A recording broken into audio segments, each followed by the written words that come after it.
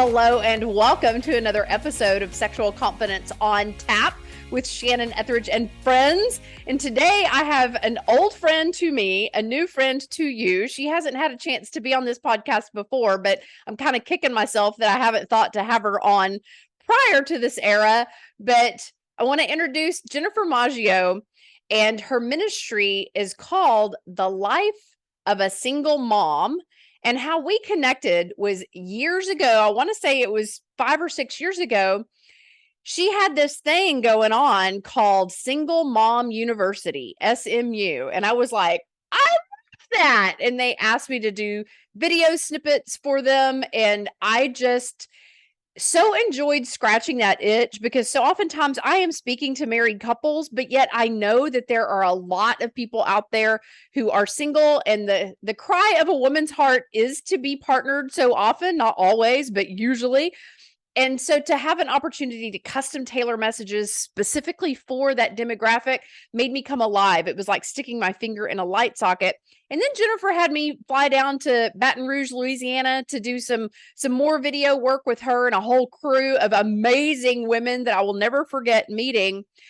And now she has an event coming up that I want you to know about, especially if you're a single mom or if you know of single moms that could use the encouragement. So first, we're going to start with Jennifer's story. Jennifer, welcome to Sexual Confidence on Tap. Tell us about who you are and this calling that you feel like God has placed on your life to minister to single moms. Well, first, let me say what an encouragement you are. I actually knew you long before you knew me. I am a fan of your books. And so I was purchasing your books a long time ago. Your authenticity and your realness, and quite honestly, the conversations that are so necessary in the church today drew me in. And so I just want to thank you for all that you've done for our single moms. But I'm honored to be here. And, our pain often births our next season, and that was certainly true for me. I had was pregnant 4 times before I was 19 years old, and so was a young single mom. I had 2 miscarriages, and then I had 2 children. And so I looked up one day and thought, this is not at all where I thought my life was going to go. I had graduated high school valedictorian. I was a church girl who was raised in the church and really had this foundation of faith from the time I was a very young girl. And here I was with these 2 babies outside of marriage, living on food stamps and welfare, living in government housing, and kind of limping by Sure. and drowning in every way. And so the years that followed were years of trying to figure it out, of trying to figure out my faith journey. Did God even love me anymore? Trying to figure out how to parent these 2 babies alone, trying to figure out how to manage my money when I really had none.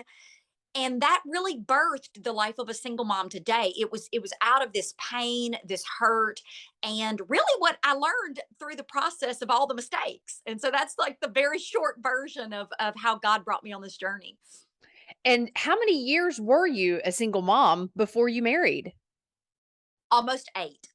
Wow. So you are the voice of experience and wisdom. This is not just philosophizing and theologizing about what single women need to know. This is like trial by fire. You lived it for 8 years. So what inspired Single Mom University? Let's start there, because this is an online curriculum that you still have available, right? Yeah. So we have right now. So we were kind of ahead of our time in some ways because COVID hit, and we had started the university in 2017 and had a few hundred women in the university over that few years. And then COVID hit, everything shuts down. Every nonprofit is trying to figure out how to deliver services to their clientele. And Single Mom University exploded. I mean, we are thousands upon thousands of women are in the platform now, and we have 175 classes. And they're all life skills classes. You know what? How I refer to it is it's kind of like YouTube for single moms. It's just Love that. you log in. It's super. I don't want to overcomplicate it. When you use the word university, people say, "I'm way too busy. I have no time," and that sounds complicated. all it is there it's short videos on parenting, finances, and health and wellness, and really every subcategory you can imagine. You taught a lot on our sex and dating.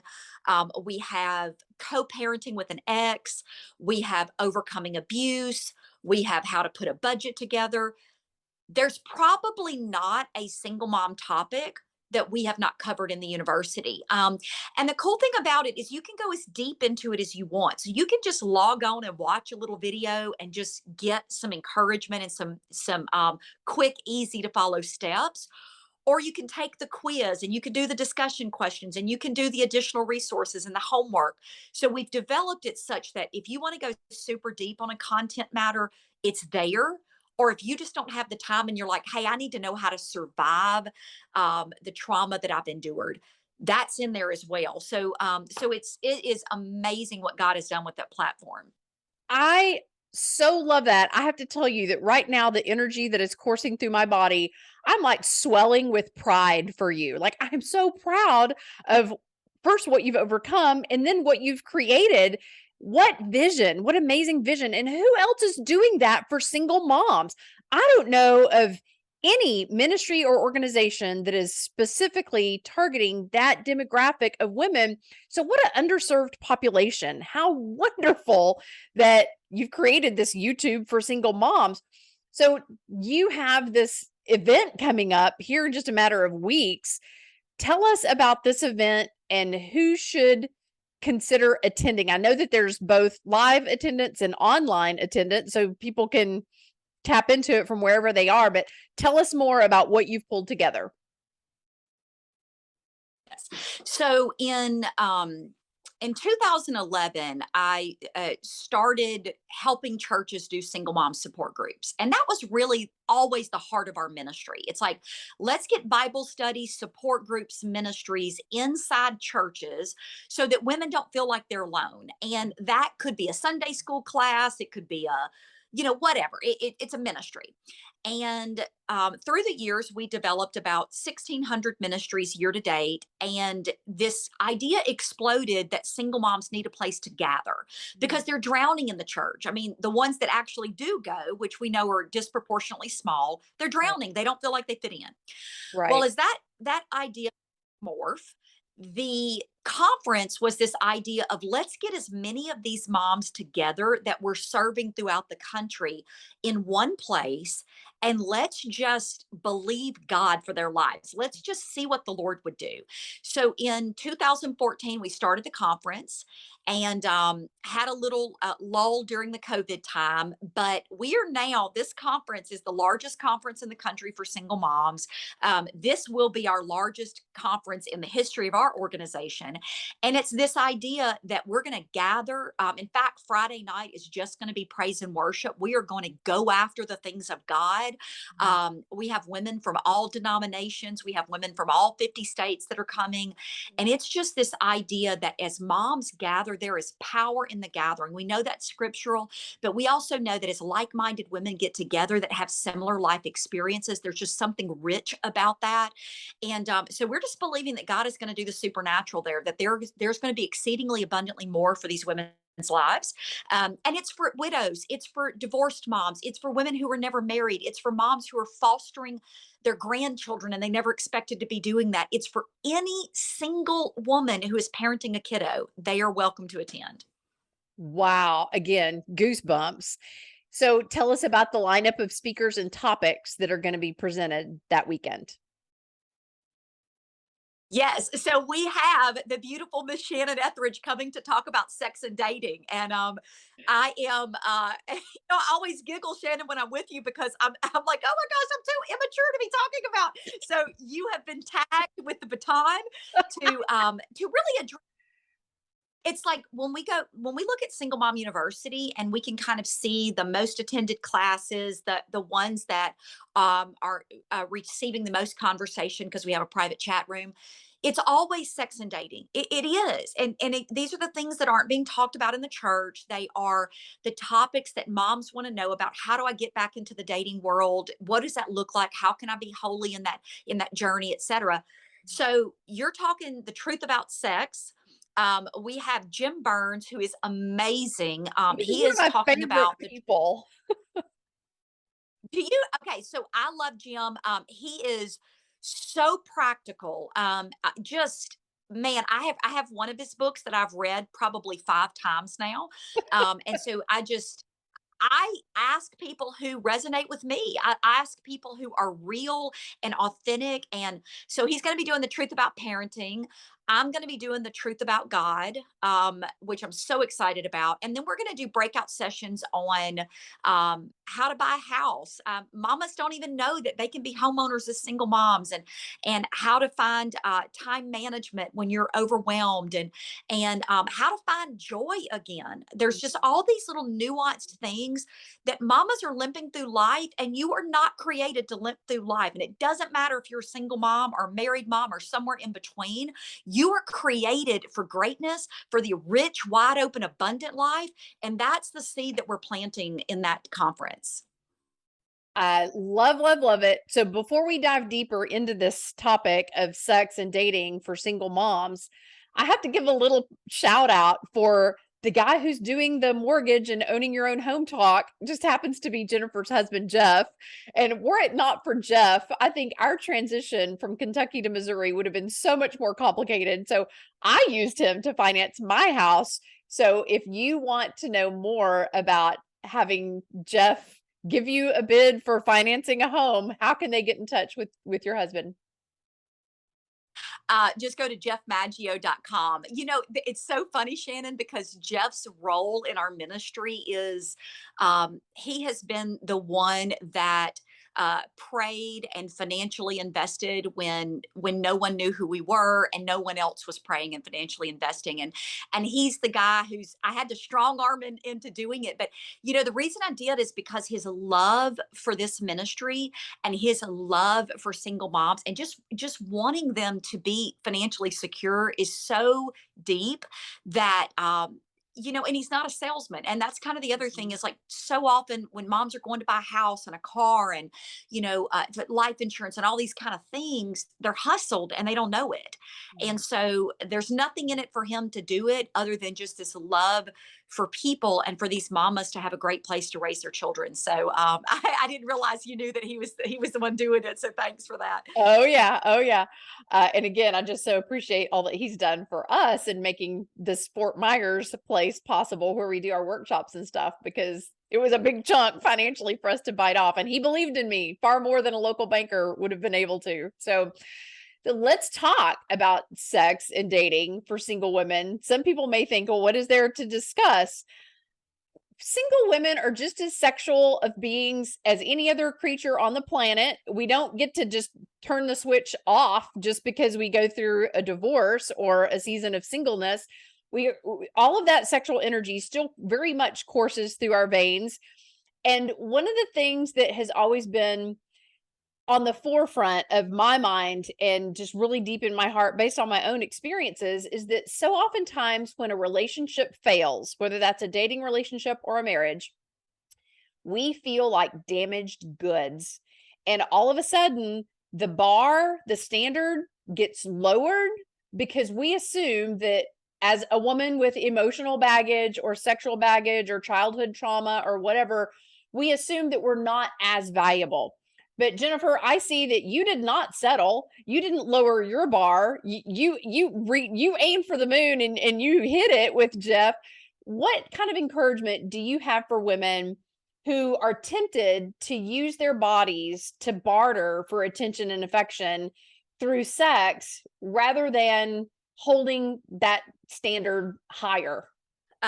You've asked a loaded question. There's so much I want to say on this. I would say, first of all, let's address most women are not going to verbalize what you just said. And in fact, I don't even know if every woman recognizes that that's what she's doing in using sex as a bartering tool, or even she's lowered her standard, or that the trauma that she experienced through an ugly divorce or through, she thought she was going to be married and she winds up having a child outside of marriage and the shame that that can bring on, particularly for church girls. Um, there's not always a realization that you're doing it. But I want to say that where I ended up was not where I started. I didn't share in the launch of our program today that I had been severely sexually assaulted for about 10 years of my life, starting at age 3. So I my relationship with sex was unhealthy from as early as I can remember. So Sure. in addition to being sexually assaulted, one of the other things that happened was at around 9 or 10 years old, I was also physically held down and forced to view pornography. So I've got sexual assault, I've got pornography, and then wound up giving myself away at 13 years old and began that sexual journey willingly.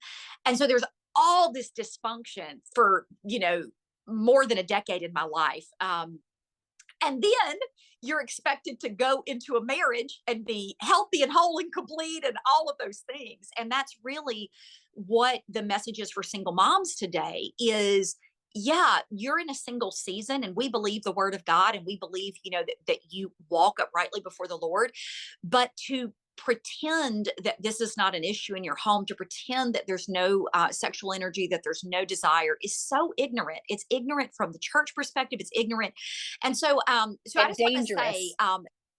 and dangerous, so Yeah. dangerous. But Denial. but yeah, and I went through a lot of lowering my standard before I ever got to the place of really surrendering fully to the Lord and trusting that a Jeff Maggio existed somewhere.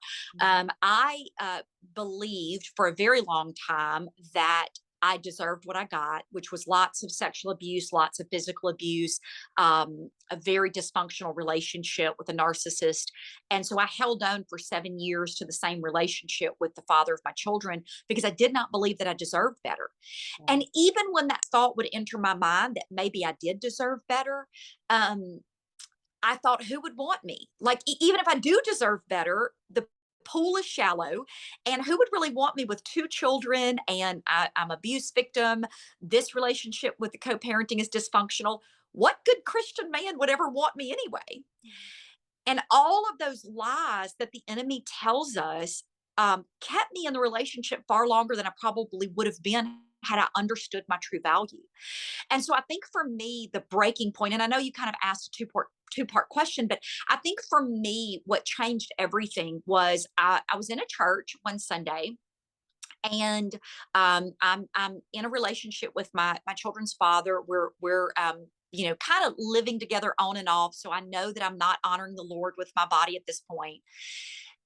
But I loved God so much and I wanted to serve him. I really did want to serve him.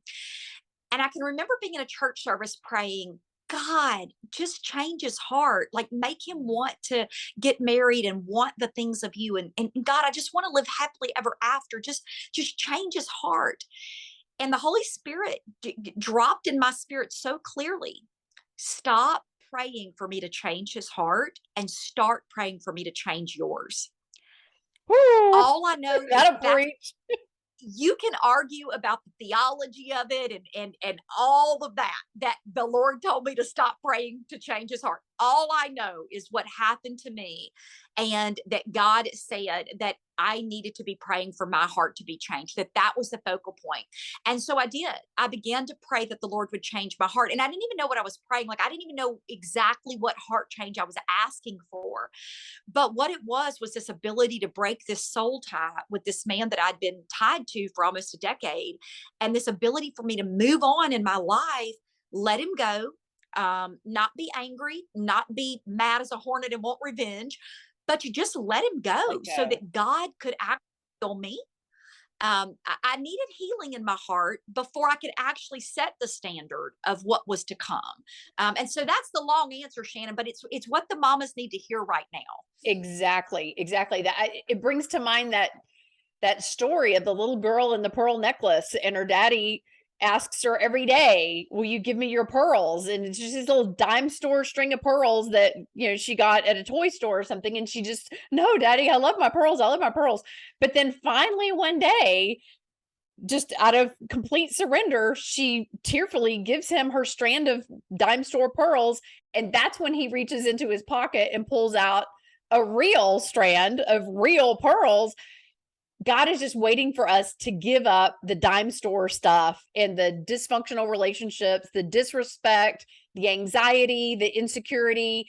He's looking for us to surrender that to him and let him give us what we deserve.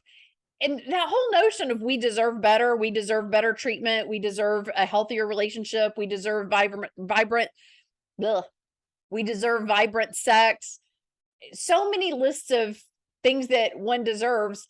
And I know that right now it's hitting a lot of women in the ears very awkwardly of, well, other women may deserve that, but I don't deserve that. What do you have to say to that woman who says, well, I completely agree that women in general deserve that, but I don't fall into that category. I still need to settle. We struggle so much to receive God's best, and it doesn't matter. It's relationship. It's what there's a thousand things that it is, but the truth is when you recognize who you are. So I always say women need to take their place. They need to take their rightful position. Once you truly understand, when you get in the Word and you understand that you're co-heirs with Christ Jesus, when you understand I am a daughter of the King, like the creator of heaven and earth knows me. He knew me while I was in my mom's womb. He had a plan for my life. There are purposes that I'm called to fulfill. There are skills and talents that I have, which, by the way, are beyond our sex. We think that's the only thing we have to offer in a relationship, but the truth is there's so much more. Once I understood who I was, it was like a light bulb went off for me that said, I will not ever settle. It's almost like watching a video of myself when I think about my past. I'm so far removed from it. I was sharing with a coworker today that I was in a work relationship years ago with a boss who sexually assaulted me on a regular basis by touching me inappropriately. I was 19 years old. I had two kiddos. I needed to work, and I That is didn't the think enough of epitome myself. of sexual harassment. That wow, because you felt stuck. You didn't feel as if you could stand up for yourself and say no without losing your livelihood. Exactly. And so I look back now, 25 years later, and it's baffling to me that I would have settled for such a low standard in my life. And that's the equivalent of what's happening with women across the country when it comes to their relationship. I do want to say this because I'm so burdened to say this right now, Shannon, um, that I want to encourage the women out there that we need to stop verbalizing that there are no good men left out there. And the reason I think that's so important to this conversation is because I look back at the times in my life when I lowered my standard. And certainly there was a self worth issue, there was an insecurity issue, there was an abuse and trauma issue. But I also thought no good Christian man would want me. And I hear so many women saying, well, I mean, even the men in the church are having sex. Even that's everybody. That's what they all want, and there's no standard, and so we might as well just lower the standard, and then we can get married and honor God. And that's just a lie from the pit of hell, and that's exactly what the enemy wants you to believe. And how unfair to our godly brothers that we're verbalizing that there are no good men left out there. I often ask women, how would it hit your ears if you heard men saying there are no good women out there? They're all, fill in the blank. It is such a generalization and a stereotype, and it quite frankly just sounds jaded and mean. Every person is unique and every story is unique. And one of the things that I'm frequently telling my single clients is stop daydreaming to envision like this certain mold that you have to have and then judging someone for not fitting that mold. Get to know people for who they are and then see if you can envision building a life with that person. I'm a big believer in putting yourself back out there, dusting yourself off, not letting your past relationships define you, not thinking, well, that's it. I'm done with men. Just never the hell mind. And I'm just going to do it alone. You know what? I really want the single women listening to check your heart and ask yourself, is that what I really want? Or is that just what I've been taught by other jaded women? Um, there is no shame in wanting a relationship. There's no shame in wanting marriage. There's no shame in wanting sexual fulfillment. God wired us this way. I really love the story of when Adam was lonely and couldn't find a suitable mate for him among the animal kingdom. And so he complained to God. And what did God do? Did he shame him, chastise him, or ask him, well, why aren't I enough for you, Adam? Heavens no. He made a helpmate for him. And I have to believe that anybody who is courageous enough and resilient enough to put themselves back out there, raise the bar, be discerning, invest invest in themselves and healing themselves, and then encouraging your mate to do the same thing and doing a lot of premarital work. There's a lot of pre-marriage couples who come to our workshop specifically to work on their sexual and emotional trauma from the past, even before they get to the altar. And I think that's one of the most beautiful things in the world. But when people do that, what they often find on the other side, even if it didn't end the way that they wanted it to, even if it didn't result in marriage, they find that they themselves grow and blossom and heal in ways that they would never go back to being the way that they were. But oftentimes it does result in a relationship that's beyond their wildest dreams. So what have you got to lose? I really want to take away the mentality that that if a woman has, failed once, twice, three times, she just needs to stop looking. There's no magic number.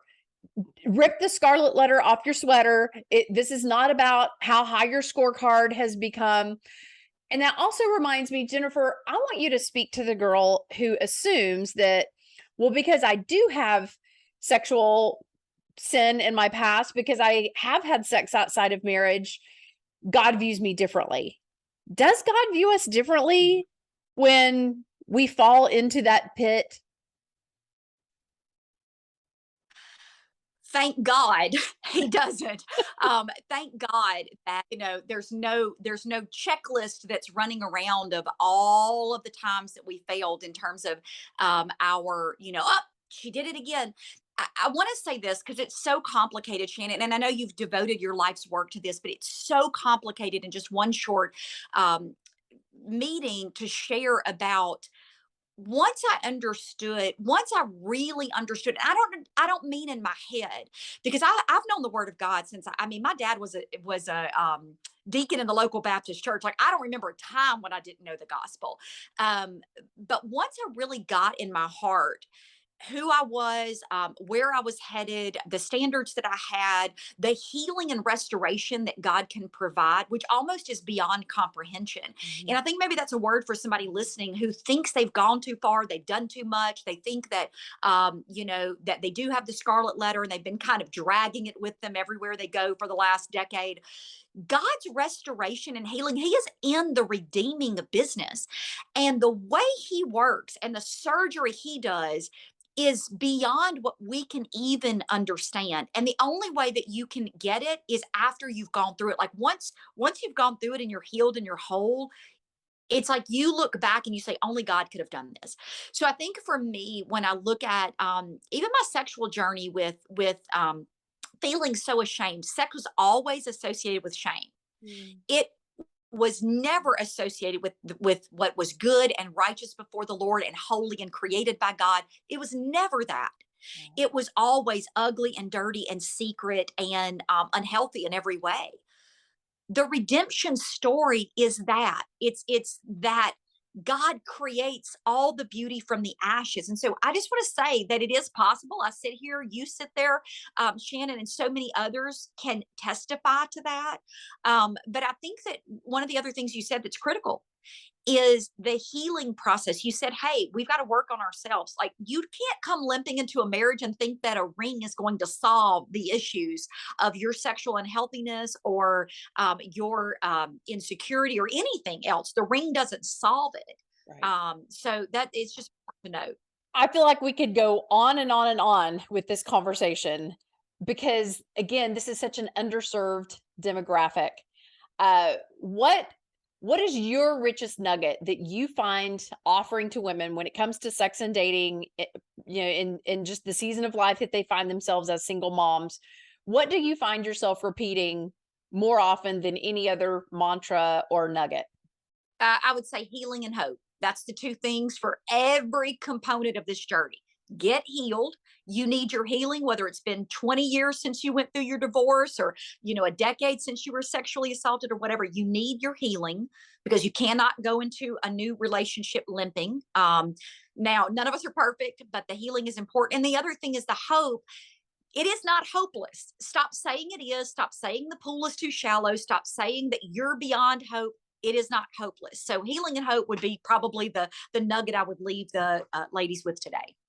And for those people who truly are still believing that there's no hope for me, there's no good men out there, that's too big of a miracle to expect God to do. I'm sorry, baby girl, but God has done much bigger miracles than bring a good, decent, loving man into your life. And it's not just reflective of your own self-esteem and jadedness toward men. I think that it's reflective of your lack of faith that God can do all things.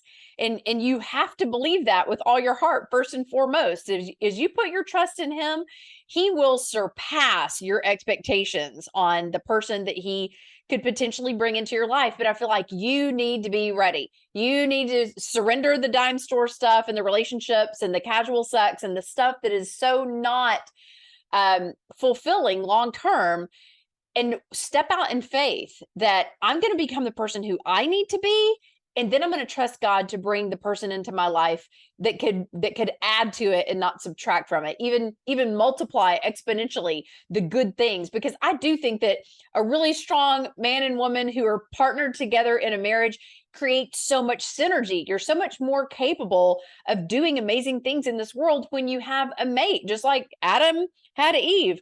I just think that this was God's intention from the start. Not that marriage is for everyone, not that everyone should be married. Just saying, if you want a relationship and you want marriage, there is no shame in it. There's no reason why you can't put your hope in that and your faith in God that he's going to provide that for you. You work on becoming Mrs. Right, and he'll bring Mr. Right around. But you may need to put yourself out there. Like I said, it's probably not going to be the UPS man or the Prime Amazon delivery guy. Like, you're going to have to step out in faith that I can meet new people and attract this into my life. It doesn't just fall down from the heavens. But I'm a big believer. I'll save my story for another time. But when I look at how only 7 years ago, I was going through the most difficult season of my entire life, with feeling as if I had to end a 27-year marriage for reasons that I've never publicly disclosed, because not every story is your story to tell. And I have the utmost love and respect and care and compassion for my former husband. But I was so afraid that life was over, that my ministry was over. God blew me away within 2 years of the quality of the person that I would meet, and the quality of the ministry that would come out of that relationship. And things have exploded, kind of like we've been running in tandem with the timing of God exploding your ministry and my ministry. We have to remember that people who feel broken are in need of inspiration from other people who have been similarly broken. So stop thinking that you're disqualified from marriage or you're disqualified from ministry. Nothing disqualifies you from representing God well and connecting with other human beings in a deep and enriching way. So, Jennifer, if people are interested in this event coming up or in the Single Mom University curriculum, how do they find information about that? Yes, they can visit thelifeofasinglemom.com. We've got all the info there on how to register for the conference. And hey, if you're not in Baton Rouge, you can definitely attend. We've got watch parties going on all over the country. Thousands of moms are going to be part of that. And it's all free. If you can make it to Baton Rouge, free. And so we want to bless you. And Single Mom University is also free. And so no excuses to truly begin to educate and equip yourself. I love that. Repeat the website again so that people will get it in its entirety. thelifeofasinglemom.com. thelifeofasinglemom.com. Please send that link to every single mom that you know. This is definitely an organization that just creates amazing content. And I'm not just saying that because I've been a part of the content. I'm saying that I know their passion for truly tapping into the felt needs of this particular population of people. And so I hope that you have benefited from our conversation. And Jennifer, just thank you. And thank Jeff and your entire staff for all that you are doing to minister to people, not just on a superficial level, but on the deepest of levels. 175 videos like this didn't happen magically. This has required a lot of focus and persistence and intentionality. And the fact that all of it is free, that just tells you where their heart is, that they're not in this to make a ton of money. They are in this to truly meet the needs of single moms out there. So kudos to you, girl. So this has been another episode of Sexual Confidence on Tap with Shannon Ethridge and friends. If you would like to chime in on the conversation, send me an email, shannon@shannonethridge.com, or I think it's on tap at shannonethridge.com. And we would love to share your comments on air at some future point. So we love you for listening. And we thank you for tapping on us.